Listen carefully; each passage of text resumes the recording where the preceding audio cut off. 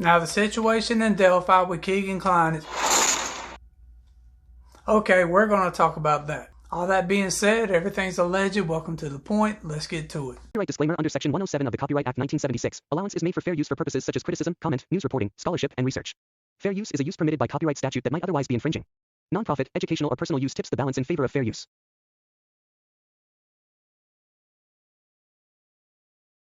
It's not my DNA, it's not your DNA, it's Bryan Kohberger's DNA. Explain that. I can best explain it by asking a follow-up question. How do you know that's Bryan's DNA? And here's what I'm talking about. Now, I'm not saying this is exculpatory, I'm not saying this exonerates him, and this doesn't prove his innocence. I don't personally know if he's guilty or not. Now, I don't have any type of doctorate in genetic analysis, but I do have a master's in skepticism and a bachelor's degree in common sense, because I understand you're going to need way more to this story than just DNA left behind on a sheath. Not only DNA left behind on a sheath, a partial sample.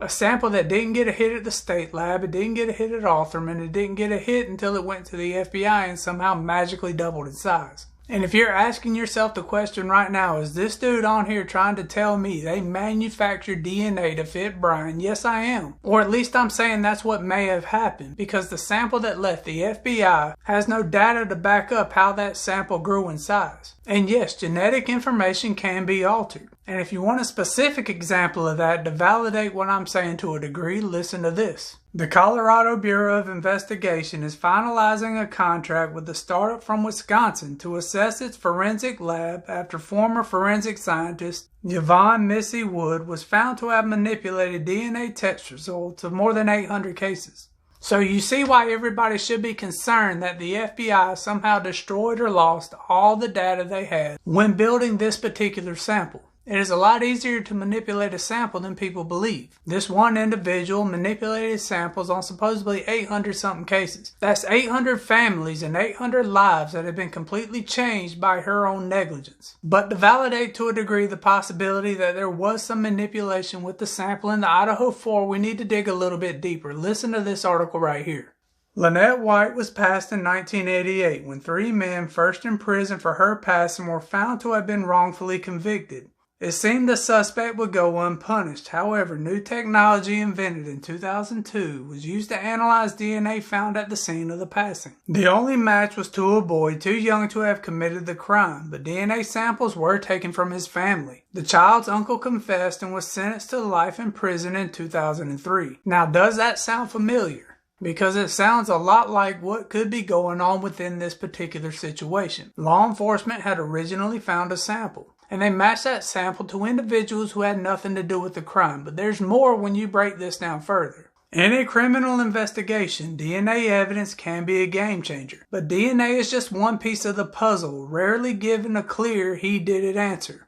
According to a consortium of forensic experts who released a report earlier this year, there are limits to what DNA can tell us about a crime, and what it can and can't reliably prove in court needs to be much clearer. So what I'm saying when I get on here and say I have reasonable doubt regardless of the DNA, or even if the DNA is allowed to be brought in as evidence, it doesn't necessarily change anything for me. It's because the DNA on its own is just one piece of the puzzle, and one piece of a puzzle doesn't build the whole picture. And there's plenty of holes within this story. Yes, they found DNA on a knife sheath. I understand that, I acknowledge it, and we need answers for that particular part of the story. But it was just a partial sample. That doesn't explain away the lack of DNA found at the crime scene. That doesn't explain away the lack of a connection. That doesn't explain away the lack of a motive at this time. And then it doesn't explain away the lack of a story surrounding this particular situation. As it stands right now, to me, it appears the state of Idaho wants us all to believe this was a completely random attack. It was a completely random attack made by an individual who had no criminal history. He had no history of violence, and he has no history of aggression. But when dealing with partial samples and the probability of a mismatch, listen to this right here. DNA is a code that programs how we will develop, grow, and function. Humans are thought to have DNA that is 99.9% identical. But that remaining 0.1% makes us individuals,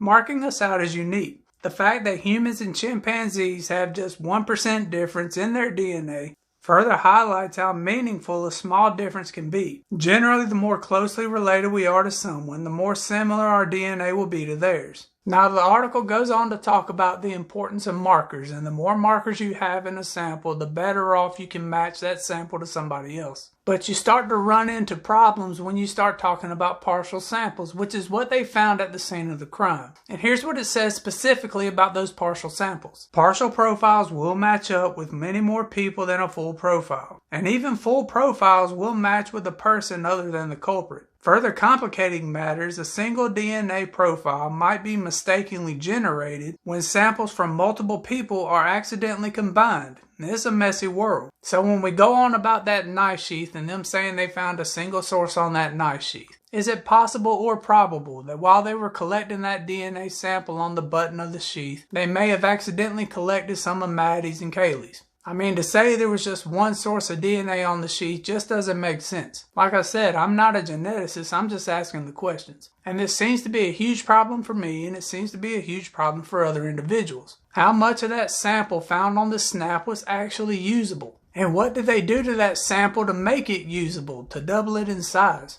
We need to see that work, we need to see that science, because it's highly possible to manipulate that data. I'm not saying that's what happened here, I'm just raising the question. It's a huge concern for me when law enforcement says everything they used to develop this sample has been destroyed or is gone.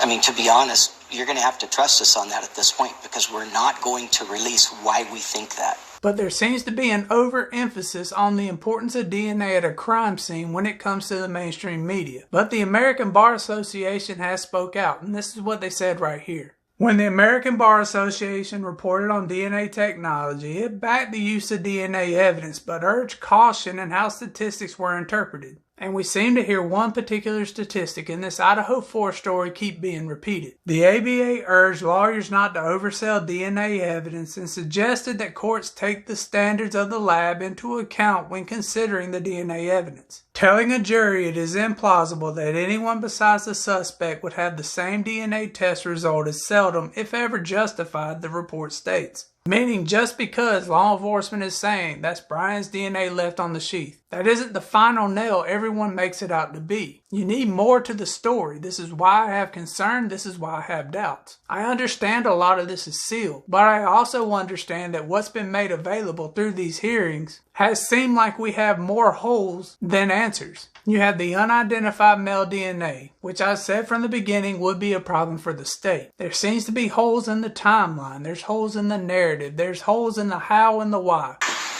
Dozens, if not hundreds. It's so many I can't tell you. There's holes everywhere you look within this particular situation. Simply saying we should cast aside all question just because they claim to have DNA found on a sheath just doesn't make sense to me. And this is the reasons why it doesn't make sense to me. I didn't just simply wake up and say, no, I'm not buying anything about DNA anymore. When they found DNA left on the sheath and I found out what type of DNA it was, I didn't set out to completely say it's nonsense. I set out to prove that that DNA was valid. But what I found was it's very easy to manipulate and twist this stuff. It's very easy to make that sample be whatever you want it to be. Now, I'm not saying this was a cover-up. I'm just saying it may have been a botched investigation. It could have been cross-contamination if you really think about it. All these things are plausible, which is why we need to see the data for how they came up to the determination that that DNA belonged to Bryan. That's all I'm simply trying to say.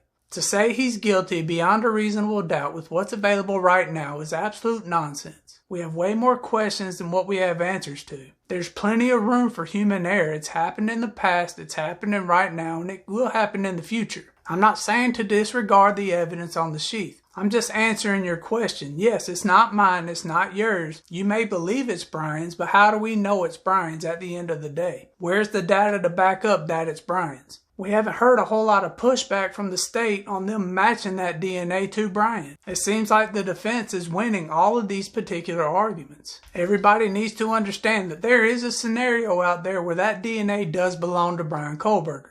Which is fine. That sheath is a movable object, so how did that DNA get there? DNA on the surfaces of metals can last up to 6 to 8 weeks depending on the conditions. And it was already a partial sample. So are we saying that that DNA was placed there much longer than 6 to 8 weeks? Or are you trying to say, well, he cleaned it? We don't know if that's his sheath. We don't even know if that sheath was tied to the weapon used in the crime. For all we know, that sheath may be a false flag. We don't have all the facts. We don't have all the answers. And I don't believe everybody should rush to condemn this individual as if they know everything. Did he do it? Did he not do it? I don't know at this time. I'm sure we'll know when this thing goes to trial. Is it possible that DNA on the sheath was manipulated to fit Bryan? Yes, it is. We just talked about an example where that's happened in the past. And if it happened in one state, it can happen in this state. I mean, with all the public pressure and possible pressure from the university, that's plenty of reasons to see why law enforcement could be pushed to hurry up and figure this thing out. This video has already ran long enough. I didn't intend for it to run this long, but I thought that was a good question that deserved an answer. No, it's not mine. No, it's not yours. Is it Bryan's? We don't know. But if you enjoy this and a more fair, open conversation, maybe check one of these videos out. Y'all be safe now.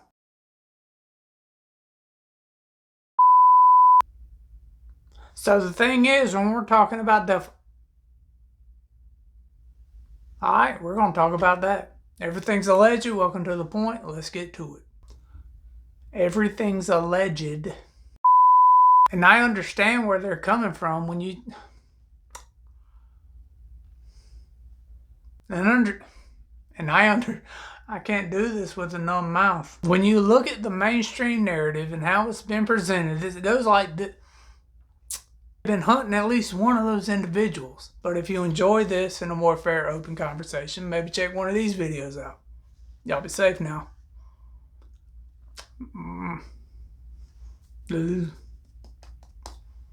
Yeah, my face is still numb.